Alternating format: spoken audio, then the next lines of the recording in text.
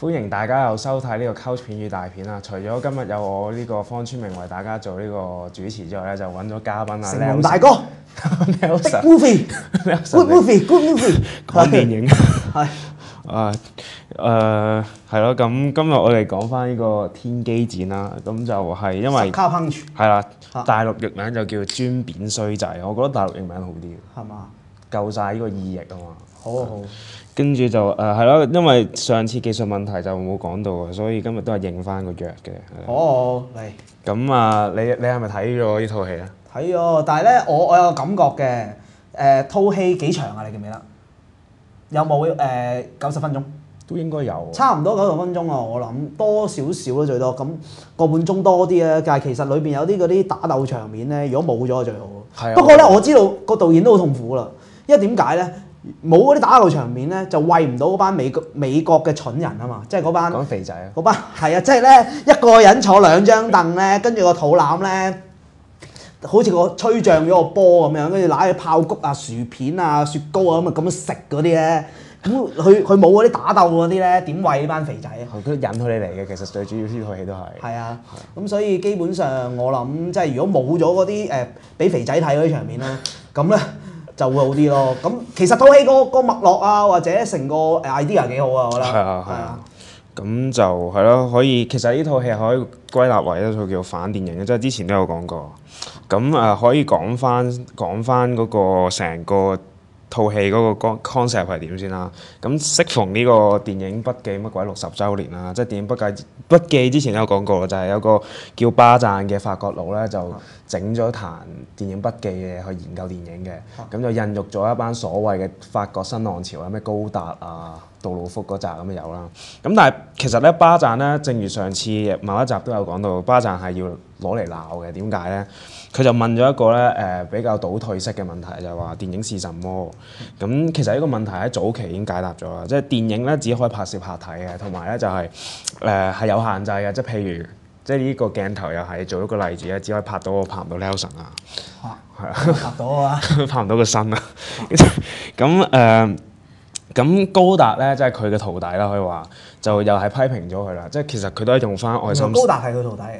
可以咁樣講啦，即係佢提攜佢咯。佢日本嘅喎，但係高達。唔係嗰個高達，唔係渣古嗰個高達。哦。係啊，即係嗰個上奴高達啊。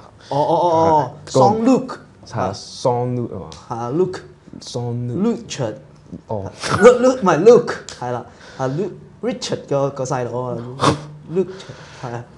咁樣嚇，咁點啊？跟住佢係呢個係啦，咁佢就用翻愛因斯坦啲概念嚟鬧呢個巴贊啊，即係話。係啦，咁其實就係其實唔係在意於嗰個拍攝即係個電影本身咩呈現真與假嘅問題，同埋佢係可以做啲乜，應該就係話佢還可以是什麼，即係因為佢本身電影就係拍咗一啲由現實嗰度拍咗一啲材料啦，咁全部都係一岩一忽嘅，但係正可以透過剪接咧去將呢啲材料合併咧，就拍成一啲概念，即係電影其實係現實一部分，而正因為咁啦，高達就用呢種手段咧係去想咧俾啲觀眾睇咧，要解放佢哋思想諸如此類咁嘅嘢。咁同我 Sucker Punch 有咩關係？咁正 Sucker Punch 咧都係講緊呢樣嘢，即係正都係佢，所以就話佢特登咧拍啲所謂嗰啲咁嘅打鬥場面啊，同埋入邊全部都係美女啊，去引誘嗰班咁嘅肥佬自由主義者入去睇嘅。咁如果話咧，而家呢個社會咧叫做咩有種諗法叫權力話語啊嘛。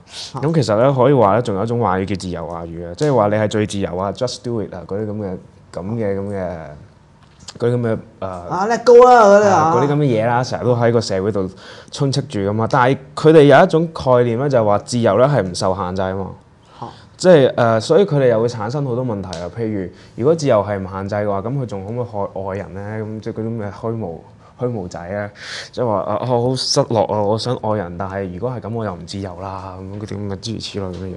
哦。係啊，即係佢嘅選擇性就會受規限咁咯。同埋其實好多人咧其實呢套戲都係講咗啊，因為呢套戲咧有個脈絡咧就係一個真實，一個就係假嘅咁樣嘅嘢啊嘛。係即係進入咗一個意識嘅奇怪空間咁啦。咁正正咧就係對應翻我哋睇電影嗰種二分化，即係我哋喺現實走入去戲院啦。咁跟住有啲人就會諗法就係、其實歌要的是寂寞啊嘛。即係啲人入咗去戲院咧，就同呢個社會就截然二分咗啦。咁佢喺個黑暗之中可以感受自己想睇嘅影像咁樣，諸如此類呢啲咁嘅嘢啦。咁係啦，咁正正咧係啦，冇錯就係咧話其實睇電影咧，其實電影本身咧係有好多基礎嘅嘢咧係襯托住電影本身嘅。好多人咧都係其實都知道啊，但係咧就正正咧就係、盡量去忽視佢嘅。譬如咧，其實如果你真係中意電影嗰班影迷啊，咁其實你應該係要走入去電影廠去參與成個拍攝嘅過程㗎嘛。即係其實電影只可能成為一部電影咧，其實背後有一班啲咩啊？就係、有一班人喺度做一個勞動者啦，去拍攝呢套電影咯。或者就係話你俾咗啲錢啦，去一個戲院嗰度睇戲啦，咁有一班友咧喺背後就幫你去晒菲林啊，諸如此類嗰啲咁嘅嘢。其實每個人都知嘅，但係只不過佢特登就係去忽視咗個問題，而且佢只不過係正如巴贊嗰種諗法啦，佢愛啲咩就係只不過係中意嗰個影像個呈現咁樣啦，或者係正如頭先所講，佢只不過要一個寂寞啦所謂。咁但係咧呢套戲咧都係講咗其實呢套戲都我覺得好爆喎。佢第一句個對白就係話，如果呢個世界有天使嘅話咧，佢唔係嚟幫你噶嘛，佢係會化成毒蛇嚟打鳩你噶嘛。講粗口條 sorry。唔係打交嚟，打交嚟，大家聽錯幻聽，係啊，絕對唔係粗口，係啊，我要我人格保證。咁其實呢個正正都係，因為如果係一種真正嘅自由咧，其實係自發性噶嘛，而唔係一種話你係自由啦，咁你所行即係點講啊？有一種輔助你嗰種咁嘅嘢啊，即係其實嗰樣嘢輔助本身已經唔係一種自由。正如有個咩黑人運動嘅領袖講過一句説話，就係話如果你係要自由嘅話，但係你係求人俾個自由權利你咧，即係正如而家坊間有班所謂嘅社運分子成日都喺度咁諗，就係佢想去遊行啊嘛，但係佢會做啲咩先咧？首先就問警察或者去申請一個行使可以遊行嘅權利啦，佢先會走去遊行嘅。咁呢個根本有一個吊詭嚟㗎嘛，因為其實示威本身或者遊行本身就係要去衝撞翻呢個不合理嘅呢個制度啦。但係佢會首先去求詢翻呢個不合理制度咧，要求俾一個所謂嘅自由權利去遊行，先去遊行。呢叫咩啊嘛？呢叫做 safe zone 啊嘛，呢個比較安全領域啊。意思即係話其實咧嗱，上集個阿哲人道咧，我哋講呢本書啊嘛。講嗰個 cyberspace 即係咁啱，我哋新人透視啊！之前我去客串啊，新人透視同埋呢一個喺哲人道都講過呢本岸別講過一個好重要嘅concept 就係講 cyberspace 嘅問題啊。其實同你頭先講嗰個講嗰樣嘢好似啊。點解咧？就係話而家 cyberspace 嘅問題就係話啲人可以上網係咁插啊，係咁喺度見人就廢啊咁樣。喂，但係咧好正噶嘛，班友係用假名噶嘛，同埋加埋喺網上面，你冇一大紮友你根本就冇責任要負啊嘛。咁其實呢一個就唔係自由啦。點解唔係自由咧？喂，你係我咩叫自由啊？就係話自由係要喺一個有限嘅範圍裏邊，你先可以睇到自由，即係一種否定性概念。喂，即係如果嗰樣嘢你明知道咧係咧非常之安全，然後咧你就去做，係一啲風險都唔使你剔嘅話咧，唔使你攞嘅話，唔使付嘅話咧，哇！嗰一樣嘢你就完全係受制咗喺嗰個安全範圍嗰度，你俾佢制裁緊你，俾佢牽引緊你啊嘛。咁你仲邊有自由啫？真嘅自由要冒險啊！講簡單啲，唔冒險啊，你啊邊有自由啊？咁又係Sucker Punch一樣啊！Sucker Punch嗰個女仔佢基本上咧，我記得㗎，佢套戲裏面話要立4樣嘢啊嘛。咩火鎖匙刀地圖4樣嘢，最後用係一樣㗎嘛？記唔記得咩啊？犧牲佢自己啊嘛。係啊，佢係犧牲佢自己啊嘛。個犧牲其實佢係最尾先知嘅，就係話其實佢要去冒險咯，成手爛腳啦，定係啊，所以呢個就係啊嘛，我都講㗎，即係佢阿齊仔喺呢本書度講話而家嗰班自由主義左派啊、後政治嗰班就係所有嘅 dirty work、dirty job 都唔肯付㗎嘛，就係極之即係希望擺翻自己喺一個安全位置啊。即係等一個人咧幫佢承擔翻呢啲嘢啊。係啊，假定有一個救世主再降臨咁樣。係嗰個救世主就係真正嘅左派啦，佢哋覺得係，即係咧自由主義左派就等緊真正嘅左派走出嚟咧，周圍去幫佢承擔晒所有嘢。但係佢冇諗過其實自己都有呢個條件去承擔嘅。係啊，嗰個咩啊？阿布萊希特有個好中意一個英國嘅詩人叫做吉卜林啊。吉卜林啊嚇 Caplan 啊，我唔記得咗個名啊。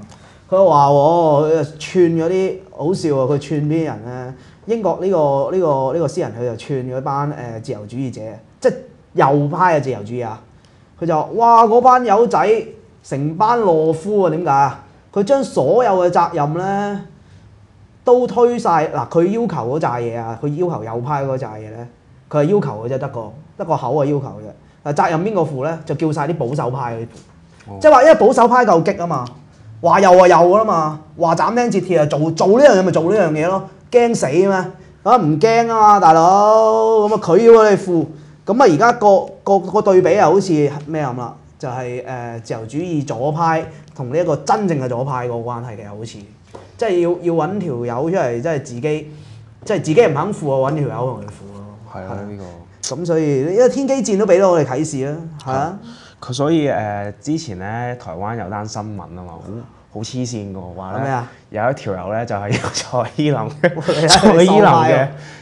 fans 就喺6分鐘就斬死咗自己老豆100幾刀。最黐線嘅就係咧，其實咧佢已經計劃咗5年㗎啦。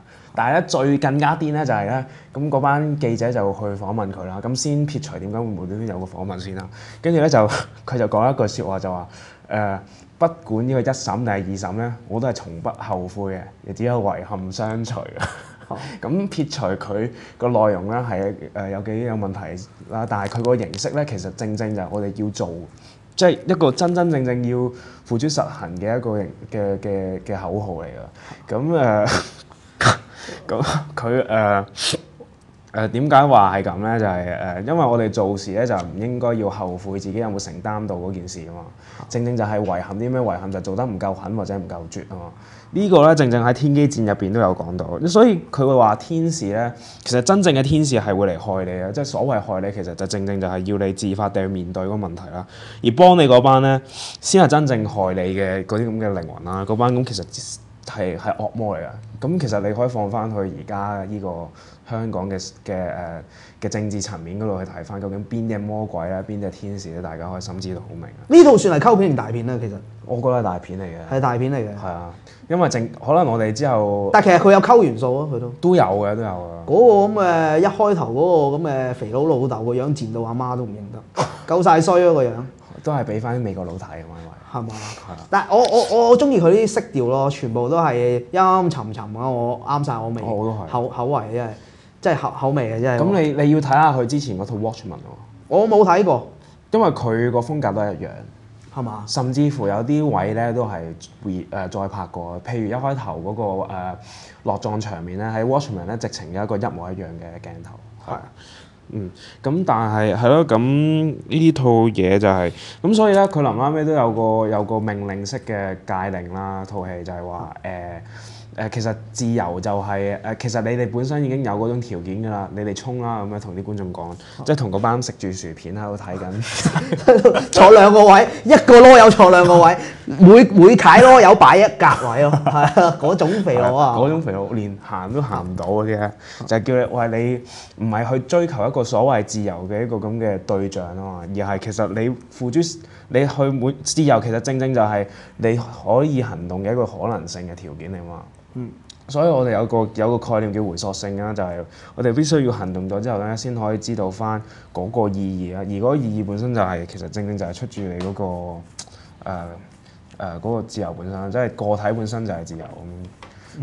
可能講得比較有啲甩咳啦，但係都冇乜所謂嘅。但係其實佢咧，即係套戲咧，嗰個靚女啦嚇，咁樣俾人撳咗入去，即係監粗擺入去嗰個精神病院嚇，跟住咧每次咧都咁夠薑嚇，去同嗰班唔係叫獄卒嘅嗰班叫咩啊？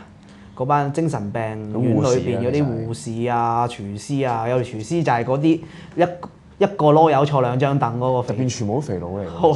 好多肥佬，好正啊！我中意美國佬啊，正啊！跟住就走出嚟，就設法咁走出嚟。咁佢就 union 咗，即係佢聯合咗幾條靚女嘅。咁咧跟住就一齊用盡辦法啦，希望逃。咁啊，當中梗係有人犧牲啦。咁最後就有一個真係走到，但係咧你就姑勿論啦。其實我諗咧都幾大創傷啊，對於嗰班美國肥佬。點解咧？創傷係咩？佢哋應該咁諗啊，應該全部人咧都走得甩噶嘛。大班英雄咁樣走晒出去。即個導演好嘢啦，呢個位就有人死。第一、第二，最主要嗰個人物咧都走唔到，係啦，變咗個配角走到。係啊。呢個係好重要啦。你付諸行動咧，就唔係問結果，係問咩啊？係問你個過程裏邊有冇體現你嘅自由啊嘛？喺裏邊講到咩係自由啦？因為所有嘢咪有個胡鬚仔嘅嗱，裏邊有個角色就係院長，係胡鬚仔嚟嘅，嗰度有貪污嘅嚇，好奸嘅，係好奸嘅。佢個樣都幾似香港啲高官啊，係啊，幾賤㗎。係個樣都幾賤，猥瑣。不過唔係佢靚仔啲嚇，佢靚仔啲係啊。香港嗰啲真係比較嗰個樣騎岩岩慘慘又矮啊，係啊，又矮戴住個煲呔嗰啲咧，哇！嗰啲真係一睇就知咩啊，太監咯。係咯。人哋兇你咧，都兇得夠僵啲啊嘛，走埋嚟冇玩嘢啊，殺你㗎咁樣噶嘛。人哋唔係嗰啲俾人鬧兩個掟完招呀，我原諒你啦咁樣，原咩諒啫？你咪企喺度大聲同人講嚇，夠僵就走出嚟嚇，隻揼咁先係噶嘛。嗰啲冇膽匪女咯。香港人最怕咩啊？同人衝突噶嘛。但係咧又喺背後篤人嗰啲咩算咩英雄好漢？成班都唔係。契弟。係啊，美國佬雖然蠢咋，夠僵過你啊，係咪先啊？雖然肥啊，但係大隻過你啊，高過你成個頭啦。咪行出嚟同你講隻揼係嘛？咁你先有大家企喺一個同個平面嗰度，大家係互相係敵人，真正嘅敵人。先係個互相尊重啊嘛，係嘛？咁嗰個女仔最後梗係同佢哋片過，咁啊最後犧牲咗啦。係啊，最後真係犧牲咗啦。咁基本上佢係救咗佢嘅同僚咯。係啊。為犧牲咁亦都釋放咗自己有冇程度？係啊，因為佢要揾5樣嘢啊嘛。咁最後嗰個就係要原來連自己都要擺上台，先至可能成就咗成個 project。成個計劃都幾有基督精神，幾有紀錄精神啊！就係自己，但係咧佢又唔係預咗喎，即係佢一開始係唔知道原來要自己要犧牲喎，跟住最後又犧牲埋，咁就成就咗佢嘅同僚就可以逃離啦，而佢自己咧亦都喺個過程裏邊體現到嗰個自由。所以呢套都係絕對一套好片嚟。好片啦，如果難得可貴嘅。冇咗嗰啲走出嚟隻抽嗰啲片就嗰啲。冇辦法要俾啲肥仔睇。即係其實話翻俾你聽，其實嗰啲都係虛假，所以臨尾就係啦。咁所以俾個忠告俾啲大家影迷啦，就你一係就即係承擔翻套戲電影咧，可能就係正就係要付出代價，即係你真係要拍戲，即係好似何索話齋，你一係咧你就真係攞部機咧偷部機出去咧。就去拍戲啦，而咧就係話不如唔好睇戲啦，因為其實戲咧呢啲咁嘅嘢咧都只不過係一啲虛幻嘅一啲假象。係啊。一旦你知道佢假咧，你啊真係因為點解啊？因為嗰個創傷啊嘛。係啊。所以你一定要逃離翻去現實嗰度啊，大佬。即係話俾你聽，套戲係同你講嗱，好似《Sucker Punch》嘛。係啊。又講咗一樣好重要嘅嘢啦。其實咧，我哋周圍都係嗰啲咩啊？都有啲強權啊，有強權冇公理啊。